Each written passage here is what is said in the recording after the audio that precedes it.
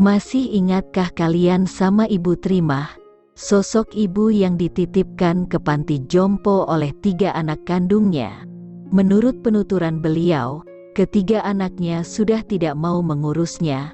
Hal tersebut kemudian menjadi berita di mana-mana. Tapi, penuturan berbeda justru datang dari anak-anaknya, bahwa mereka sudah mengurus sang ibu dengan baik. Tapi, setiap hari sang ibu selalu berbuat ulah, sehingga mereka pun tidak sanggup menghadapi tingkah sang ibu, dan memutuskan untuk menitipkan beliau di panti jompo. Tapi, apakah kalian akan melakukan hal yang sama? Jika kalian ada di posisi ketiga anak Ibu Trimah, tidak sabar menghadapi orang tua yang sudah tua, lalu menitipkannya di panti jompo. Bagaimana jika panti jomponya seperti dalam kasus yang akan saya ceritakan kali ini?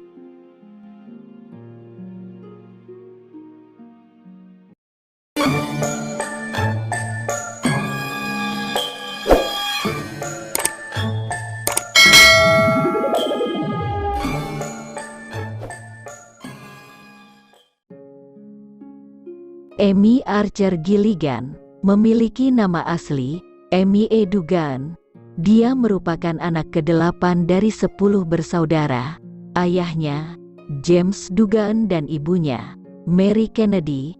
Amy lahir pada tanggal 31 Oktober tahun 1873 di Milton, Connecticut, Amerika Serikat.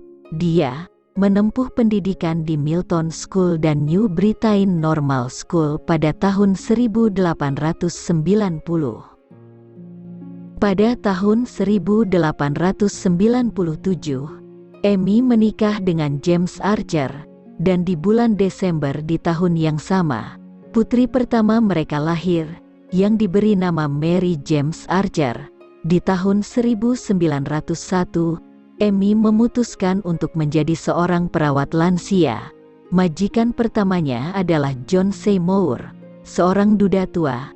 Lalu, Amy membawa keluarganya pindah ke rumah Seymour di Newington, Connecticut. Seymour meninggal pada tahun 1904, lalu oleh ahli warisnya, rumah Seymour dijadikan panti jompo, dan Amy tetap bekerja di situ sebagai perawat. Lalu, pada tahun 1907, ahli waris Seymour memutuskan untuk menjual rumah tersebut. Amy, beserta keluarganya kemudian pindah ke Windsor, Connecticut, dan tak selang beberapa lama, Amy berhasil mengumpulkan cukup uang untuk membeli tempat tinggal mereka sendiri di Prospect Street di Windsor Center.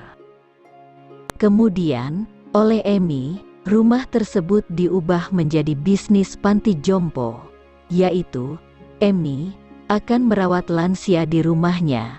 Kemudian, keluarga pasien akan membayar kepada Amy. Ada 2 metode pembayaran yang ditetapkan oleh Amy. Pertama, membayar penuh untuk seumur hidup, dan yang kedua, membayar sekali sebulan. Tahun-tahun berikutnya bisnis tersebut berjalan dengan lancar, hingga pada tahun 1910, James Archer, suami Amy, meninggal dunia. Dia didiagnosa menderita penyakit ginjal.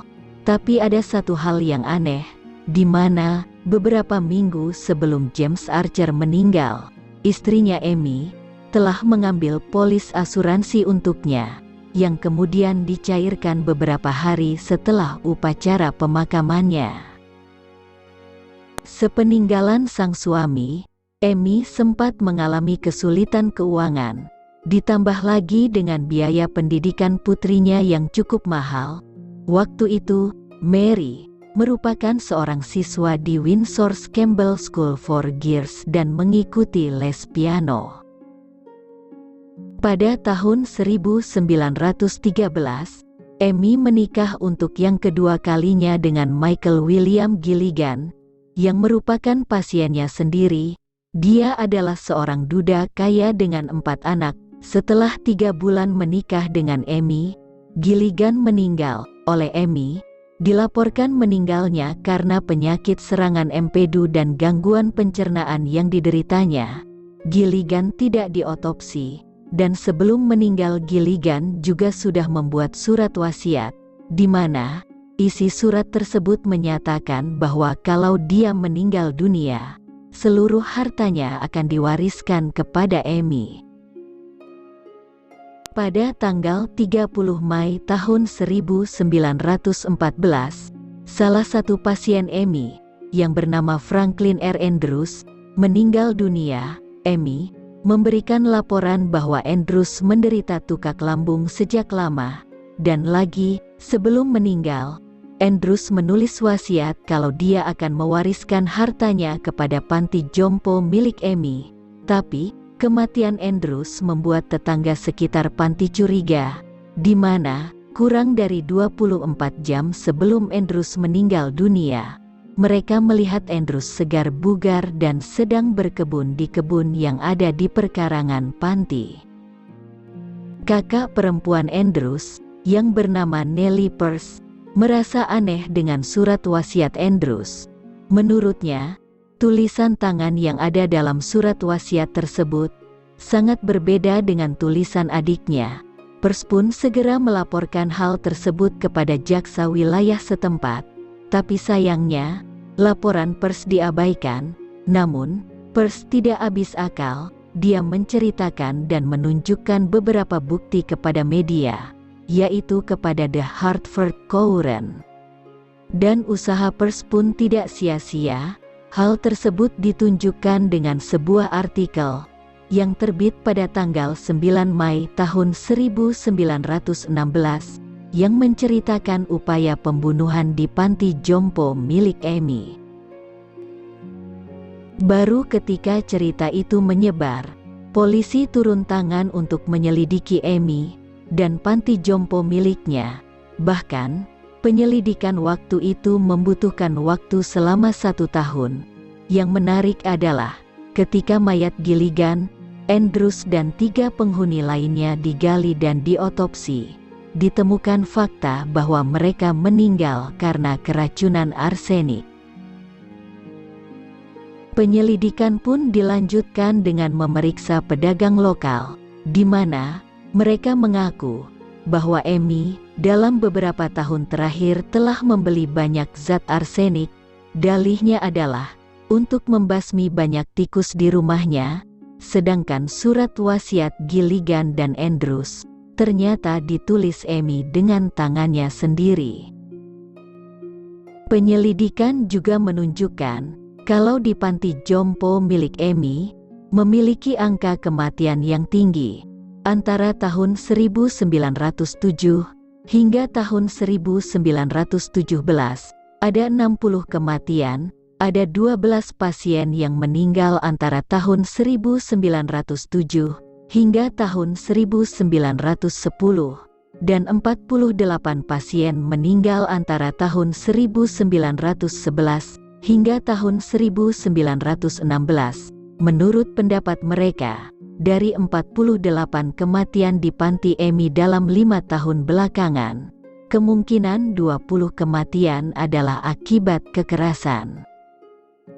Motifnya adalah untuk mendapatkan keuntungan dari kontrak seumur hidup yang dia buat dengan pasien, di mana dia setuju untuk menyediakan rumah yang nyaman bagi mereka selama sisa hidup mereka, dan dia mendapatkan bayaran. Pada tanggal 18 Juni tahun 1917,